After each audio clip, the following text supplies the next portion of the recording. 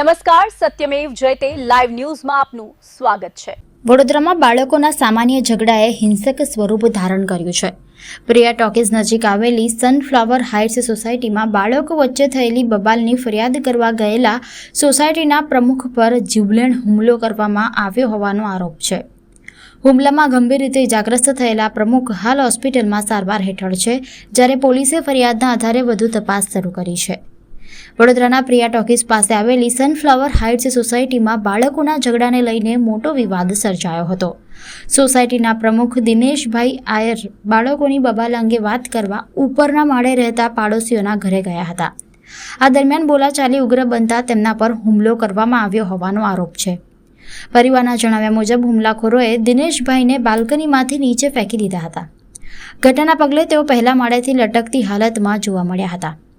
સ્થાનિક લોકો અને પરિવારજનોએ તેમને તાત્કાલિક બચાવી લોહીલુહાણ હાલતમાં ખાનગી હોસ્પિટલમાં ખસેડ્યા હતા। હુમલામાં દિનેશભાઈને પગ, માથા અને આંખના ભાગે ગંભીર ઈજાઓ પહોંચી હોવાનું પરિવારજનોએ જણાવ્યું છે। હાલ તેઓ સારવાર હેઠળ છે। આ સમગ્ર મામલે તાલુકા પોલીસ સ્ટેશનમાં ફરિયાદ નોંધાઈ છે। પોલીસે ફરિયાદના આધારે ગુનો નોંધી આગળની કાયદેસરની કાર્યવાહી હાથ ધરી છે અને સમગ્ર ઘટનાની તપાસ શરૂ કરી છે। આ છે 3 દિવસની બબાલ છે। તઈ છોકરો છે નાનો, અમારા ઉપર ચોથેમાં રહે છે। એને કેવા ગયા અમે કે તમારો છોકરો સંડાસ કરે છે ગાર્ડનમાં, પેશાબ કરે છે લિફ્ટમાં, સાયકલો ચોરી પંચર કરે છે, હવા કાઢી નાખે છે।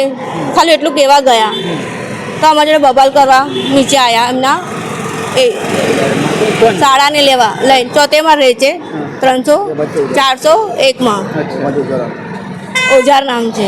પછી શું થયું? તે આયા મારા જોડે બબાલ કરી અને દોડતા દોડતા આવ્યા અને મારા ઘરવાળાને આમ પકડ્યું અને નીચે ફેંક્યા ધક્કો। ઉપરથી નીચે? હા, 3જા માળથી। બીજે માળ પહેલે માળ પડ્યા, જાલીમાં ફસાઈ ગયા, એના પગમાં ફ્રેક્ચર થયું, માથામાં વાગ્યું, આંખમાં વાગ્યું। અત્યારે કઈ છે? હમણાં આઈસીયુમાં છે। અત્યારે કેવી તબિયત છે? સારી છે પણ આઈસીયુમાં છે। અચ્છા, તો આ લોકો તમારે બારે ઘડી આવું કેટલા દિવસથી 3-4 દિવસથી આવું કરે છે। અચ્છા, સોસાયટીના પ્રમુખ છે એટલે? હા। અચ્છા, પ્રમુખ છે, કેવા ગયા એટલા માટે? કેવા ગયા કેવું તો પડે ને લોકોને, તમે તોડી નાખો, ઉપરથી ફતરા મારીને તોડી નાખો તો બોલવું તો ખરે જ ને એમને। તો ના, એવું નહીં કહેવાનું અમને। તો કોણ છે આ મારવાવાળું? એનો સાડો અને 2 જણ આવેલા। એ તય જ રહે છે? આ ઉપર ચોથે માળો। અચ્છા, હા। ફરિયાદ કરી તમે? હા, કરી છે। અચ્છા, શું આશા કરી રહ્યા છો? મેં આશા કરું છું એમને કે એમને અહીંયાથી કશું કરો કાં તમને સજા કરે, બસ। મારો ઘરવાળો સિરિયસ છે। અચ્છા, અત્યારે એમને સિરિયસ કેવી કન્ડિશન છે? અમને તો કંઈ ના તો સિટી સ્કેન બાકી છે। સનફ્લાવર હાઇટ સોસાયટી છે, સેવાસી રોડ પર આવેલી છે। અને તે બનાવ એવો બનેલો કે એના નાનો છોકરો જે હતો સામેલાનો, એ 3-4 દિવસથી હેરાનગીરી કરતો હતો। લિફ્ટમાં બાથરૂમ કરી જાય, ગાર્ડનમાં બાથરૂમ કરી જાય, લોકોના સાયકલની હવા કાઢી નાખે, પંક્ચરો કરી નાખે છે। અમુક જેના કોઈને ચોરી બી કરી છે ઘરમાં, નાના છોકરા। આપણે એમ નાનો છોકરો છે, આપણે બાપા જ કહેવા જઈએ, બરાબર? બાપાને કહેવા જઈએ તો બાપા ઊંધો ગાળો બોલે છે અમને, ફ્લેટમાં બધાને ગાળો બોલ્યા કરે છે, જે બી કહેવા જાય ને ગાળો બોલ્યા કરે છે, લોખાગીરી કરે એક નંબર છે। જે બોલે જે બી કહેવા જાય, જો સાયકલની હવા કાઢી નાખે કહેવા જાય તો બધાને ગાળો બોલ્યા કરે છે। પરમ દિવસે બી અમે સમજાવવા ગયા હતા ને સમજાવ્યો તો ગારમભાઈ કરતો હતો, એટલામાં બધી વાતચીત બધી થઈ ગઈ।